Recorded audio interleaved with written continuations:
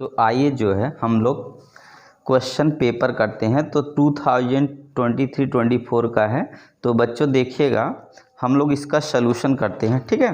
तो question number 9 का देखते हैं। तो देखिए 9 क्वेश्चन क्या है, explain why two field line never cross each other at any point. मतलब क्या करना है, एक्सप्लेन करना है कि two electric field line never cross, दो इलेक्ट्रिक फील्ड लाइन कभी भी क्या करेंगे, एक दूसरे को क्रॉस नहीं करेंगे, ठीक है।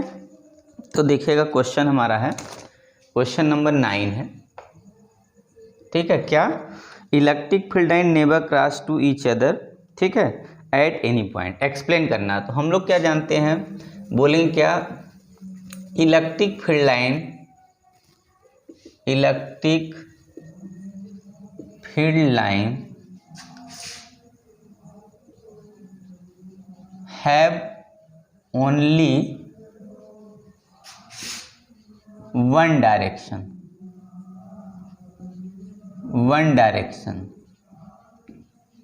ठीक है। hence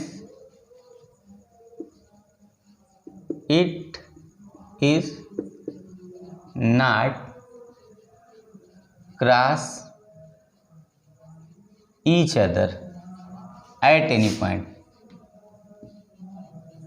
एट एनी पॉइंट, ठीक है। आर करके क्या लिख सकते हैं, क्या, electric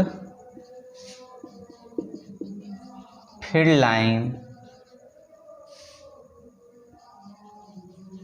have no two direction, ठीक। Hence it is not cross to each other, ठीक है। क्योंकि हम लोग जानते हैं पॉजिटिव का जो डायरेक्शन होता है, ठीक है, वो हमारा आउटवर्ड होता है और ओनली निगेटिव का जो डायरेक्शन होता है वो इनवर्ड होता है।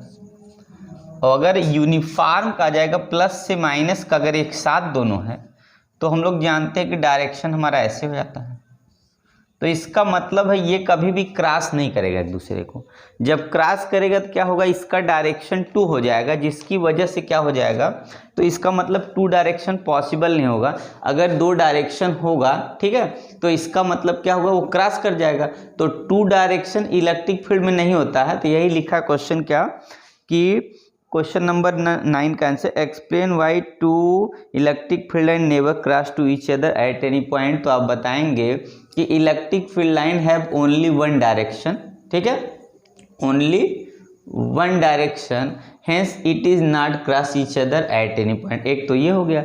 फिर बताएंगे electric field line have no two direction, hence क्या होगा, यहाँ पे ओनली वन डायरेक्शन, यहाँ पे क्या होगा, no two direction, hence it is not cross to each other. इसलिए क्या करेगा, एक दूसरे को क्रॉस नहीं करेगा। और हम लोग इसका, तो ठीक है, आए समझ में। तो आइए हम लोग नेक्स्ट क्वेश्चन लेते हैं। तो आप लोग ध्यान से क्वेश्चन नंबर 9 देख लीजिए, तब हम लोग 10th लेते हैं, ठीक है। तो आप लोग ध्यान से क्वेश्चन नंबर आप 9 चेक कर लीजिए। तो आइए हम लोग 10 तब लेते हैं, ठीक है ना। तो देखिए 10 क्या है, हम लोग का क्वेश्चन है 10 वाला, कैलकुलेट द वर्क डन, क्या है चेक कर लीजिए, calculate the work done, calculate the amount of work done, क्या है, calculate the amount of work done. आपका उस पर आ गया होगा, स्क्रीन पे देखिएगा। Turning an electric dipole moment 3 × 10⁻⁸ centimetre, नहीं कूलम मीटर है, ठीक है। 10⁻³ कितना है, कूलम मीटर है। आगे क्या है, फ्रॉम इट्स पोजीशन ऑफ, क्या है, unstable equivalent to position of stable, unstable से स्टेबल इक्विलिब्रियम इसको जाना है, ठीक है ना। फिर क्या बोला आगे, इन अ यूनिफॉर्म इलेक्ट्रिक फील्ड, आप इंटेंसिटी यूनिफॉर्म इलेक्ट्रिक फील्ड की कितनी दे रखा है, 10⁻³ दे रखा है, ठीक है। ये हमारी वैल्यू है। क्या पूछा, वर्क डन पूछा। सबसे पहले calculate the amount of work done in turning an electric dipole moment 3 × 10⁻⁸ coulomb metre from its position of unstable to stable equilibrium electric field intensity 10⁻³ ये हमारा वैल्यू गिवन, ठीक है। तो आइए हम लोग देखते हैं इसको कैसे किया जाए, ठीक है ना। तो देखिए क्वेश्चन नंबर, हम इसको इरेज कर दे, हम लोग को क्वेश्चन नंबर कौन सा है, 10 वाला है। तो आप लोग पेपर में किए, आई होप कि आप लोग सही किए हैं, फिर भी चलिए हम लोग करके देख लेते हैं। क्या देखिएगा क्वेश्चन नंबर हमारा क्या है, तो 10 का सोल्यूशन है। सबसे पहले हम लोग क्या करते हैं, गिवन लिखेंगे, ठीक है। क्या लिखेंगे, गिवन। सबसे पहले गिवन का पार्ट है, तो आइए हम लोग लिख लेते हैं। इलेक्ट्रिक डाइपोल मोमेंट P की वैल्यू है 3 × 10 की पावर -8 कूलाम मीटर, और E की जो वैल्यू इलेक्ट्रिक फील्ड इंटेंसिटी दिया है वो दिया है हमारा 10 की पावर 3 न्यूटन पर कूलाम, ठीक है ना। तो वर्क डन का जो फार्मूला देखिए, कौन सा फार्मूला लगेगा हम लोग का, जो फार्मूला यूज होगा वो W इक्वल होता है PE और साथ में cos θ2 माइनस cos θ1, ऐसे यूज होगा, ठीक है। तो देखिएगा आपको समझ में, फार्मूला यूज हो गया, गिवन हो गया। तो अगर आप इतना लिखते हैं ना तो आपका 1 या हाफ मार्क्स यहाँ बनता है, तो आप 1 या हाफ मार्क्स के हकदार यहीं पे हो जाते हैं। आगे हम लोग क्या करेंगे, जब फॉर्मूले में वैल्यू पुट करेंगे ना तो हाफ यहाँ से पा जाएंगे आप। तो P की वैल्यू आपने देखा 3 × 10 की पावर आपकी कितनी है, -8 है, और E की जो वैल्यू आपके 10 की पावर 3 है। और यहाँ क्या बोला, अनस्टेबल से स्टेबल इक्विलिब्रियम में जाना है, और अनस्टेबल का मतलब होता है 180 डिग्री और स्टेबल का मतलब होता है 0 डिग्री, ठीक है। तो हम लोग क्या करेंगे, यहाँ पे 3 × 10 की पावर -8 में से +3 सब्ट्रैक्ट करेंगे, -5 आ जाएगा। और यहाँ पे cos 18 की वैल्यू माइनस होती है, और sin 0 की cos 0 की वैल्यू यहाँ पे 1 हो जाएगी, इसलिए माइनस हो जाएगा। तो पूरी वैल्यू हम लोग यहाँ देखें -2 हो जाएगा, तो यहाँ पर हो जाएगा -6 × 10 की पावर -5, और वर्क डन है इसलिए जूल में आएगा, ठीक है। तो आंसर कितना आ गया, -6 × 10 की पावर -5 जूल। ये हमारा क्या हो गया, वर्क डन हो गया, जब अनस्टेबल से स्टेबल इक्विलिब्रियम में लाएंगे तब, ठीक है ना। आया समझ में। तो चलिए नेक्स्ट क्वेश्चन हम लोग लेते हैं, आप लोग ध्यान से देख लीजिए तब तक, ओके, समझ आ गया। तो आप लोग ध्यान से देख लीजिए नेक्स्ट क्वेश्चन, तो हम लोग लेते हैं। तो देखिएगा हम लोग क्वेश्चन नंबर 12 करने चल रहे हैं। तो देखिएगा क्वेश्चन नंबर 12 क्या है, ध्यान से देख लीजिएगा। बोला है use Gauss theorem to find the electric field due to uniformly charge infinitely large plane thin sheet with surface charge density sigma. क्या बोला है कि यूज करना है गॉस थ्योरम का, और हम लोग को उसके बाद क्या करना है, फाइंड करना है, ठीक है। क्या फाइंड करना है, फार्मूला फाइंड करना है, किसके लिए फार्मूला फाइंड करना है। तो फार्मूला फाइंड किसके लिए करना है, तो आप लोग देखेंगे कि प्लेन थिन शीट है with surface charge density sigma देख रखा है, ये फार्मूला बन गया। और अब उसके बाद क्या बोला है, how is the field directed, field क्या होगा, किस तरफ डायरेक्ट, अगर पॉजिटिवली चार्ज हो तब निगेटिवली चार्ज, तो ये बाद में बताएं, ठीक है। तो चलिए हम लोग सबसे पहले देखिएगा क्या बोला है कि एक सीट है। जब भी आप देखेंगे ना तो ऐसे सीट ऐसे बनी होगी, मान लीजिए। तो जब भी सीट होगा, मान ली हमने ये पॉजिटिव सीट पे दिखा दिया, ठीक है। सीट पे हमने ऐसे पॉजिटिव दिखा दिया, तो सीट पे अगर आप देखेंगे ना तो ऐसे सिलेंड्रिकल मान ली फॉर्म हो जाएगा ऐसे करके। अब इसकी एरिया ये ए हो गया, इलेक्ट्रिक फील्ड ई हो गया, ठीक है ना। तो ये क्या हो, इसको अगर देखेंगे तो ये हो गया गॉसियन सरफेस। गॉसियन क्या हो गया है, ये गॉसियन सरफेस होगा, ठीक है। ये हमारा गॉसियन सरफेस है, और ये एरिया हो गया, इलेक्ट्रिक फील्ड हो गया।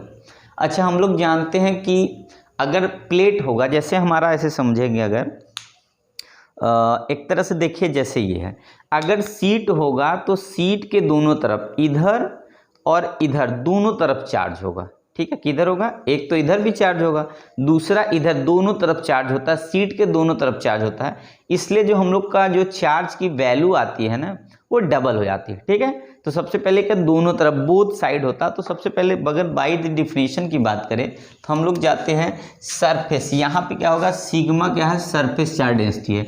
तो सिग्मा अगर सरफेस चार्ज डेंसिटी होगा बाय द गॉस थ्योरम में, तो हम लोग जाते हैं Q अपान एप्सिलॉन नॉट होता है, ठीक है। तो अगर Q की वैल्यू हम लेंगे तो सिग्मा एप्सिलॉन नॉट आ जाएगा, ओके, ये आ गया, ठीक है। बाय द डिफिनीशन अगर बात करते हैं हम लोग, फाई इज इक्वल कितना होता है, तो Q अपान एप्सिलॉन नॉट हो जाता है, ठीक है। ये हमारा की वैल्यू हो गई, Q की वैल्यू हो गई। अगर Q की वैल्यू हम यहाँ पे रख दे मान लो, तो हमारे आएगी कितना, सिग्मा एप्सिलॉन नॉट, और यहाँ से कितना हो गया, ये नहीं, सिग्मा अपान एप्सिलॉन नॉट नहीं होता है, यहाँ पे होता है एरिया। देखिए एप्सिलॉन, यहाँ पे सिग्मा इक्वल Q अपान ए होता है एरिया, तो यहाँ कितना हो जाएगा हमारा ए आ जाएगा, और यहाँ से हमारा कितना हो गया, ए आ गया और एप्सिलॉन नॉट आ गया, ठीक है ना। तो इसको चाहे 2 माने या तो हम लोग सेकंड इसको मान लेते हैं, ठीक है। अब देखिएगा हम लोग, अब देखिए ये तो हमने गास थ्योरम से लिख दिया। अब देखिए इसका हम यूज करते हैं, अगर हम ये बोल दें कि जो फाई की वैल्यू होगी हमारी, वो अगर इसके हिसाब से देखा जाएगा तो EA प्लस क्या हो जाएगा, EA हो जाएगा, ठीक है। क्योंकि हम लोग का दोनों तरफ जो है फाई क्या होगा, यहाँ पे ये हमारा दोनों तरफ क्या हो गया, वैल्यू दोनों तरफ ही आएगा, EA और EA दोनों तरफ आ जाएगा, ठीक है ना। क्यों ऐसा होगा, क्योंकि हम लोग जान रहे हैं कि दोनों तरफ वैल्यू हमारी किसकी होगी। तो आप ध्यान से देखेंगे 2 सरफेस होगा, तो दोनों सरफेस के लिए आप देखेंगे क्या होगा, तो आपकी वैल्यू क्या होगी, हम लोग जानते हैं फाई इक्वल, जब हम लोग इलेक्ट्रिक फ्लक्स निकालते हैं तो फार्मूला क्या होता है, E इंटू DS हो जाता है। तो ये भी एक तरफ पहले का ये DS हो गया, दूसरी साइड का भी DS, मतलब जैसे आप ये समझिएगा इधर का भी DA हो गया, इधर का भी D हो गया, तो दोनों फाई इक्वल कितना है, EA और EA।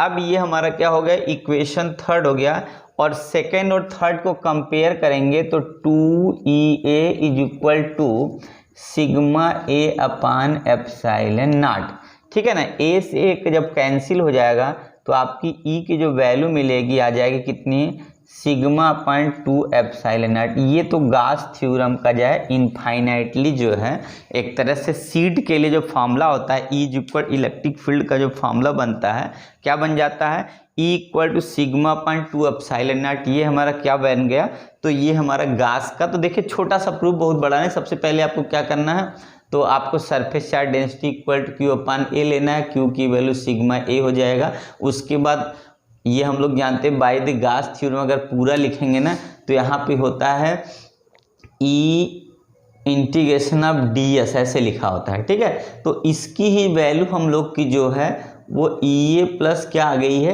EA आ गई, जो मैंने अलग अलग करके दिखाया। तो यहाँ से बाय द डिफिनीशन लिखा, उसके बाद इसकी जगह Q को मैंने रिप्लेस किया, sigma A upon epsilon naught आ गया, और ये जो है मैंने अलग से लिख के यहाँ दिखा, फिर दोनों को इक्वेट किया, तो ये वाला।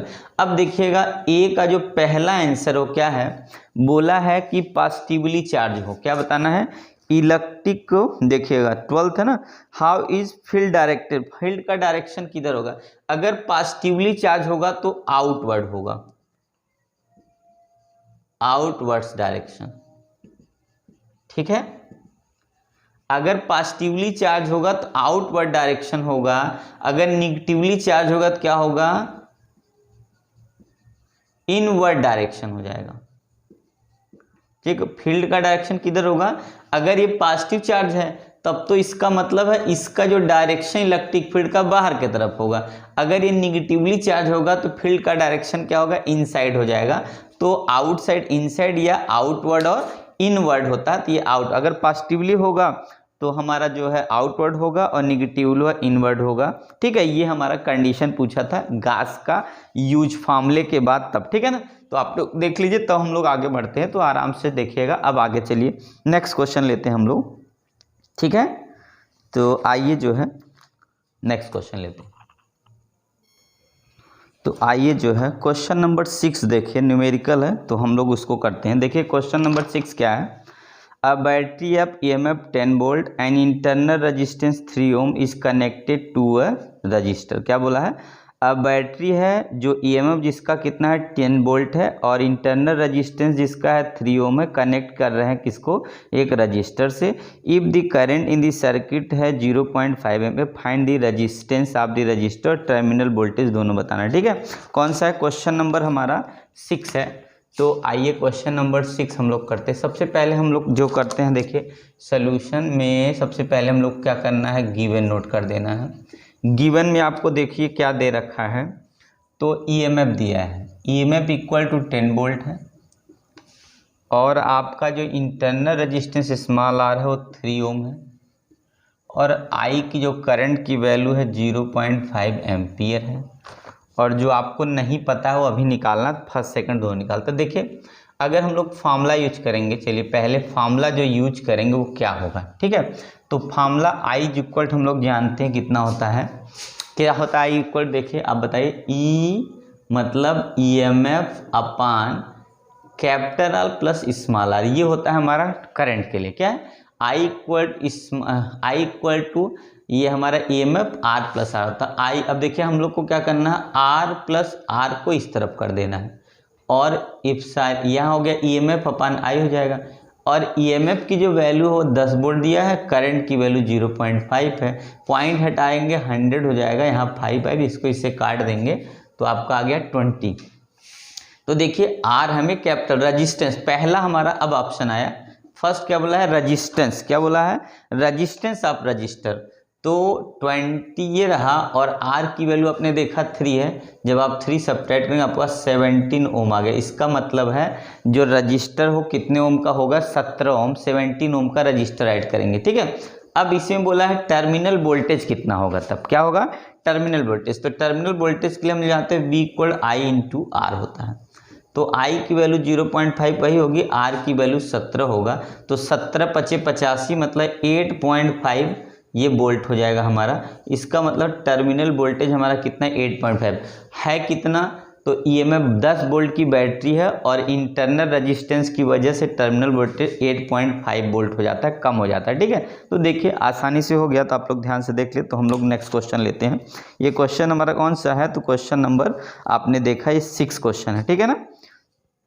तो आप लोग क्वेश्चन देख लीजिए, तो आगे बढ़ते हैं हम लोग, ओके।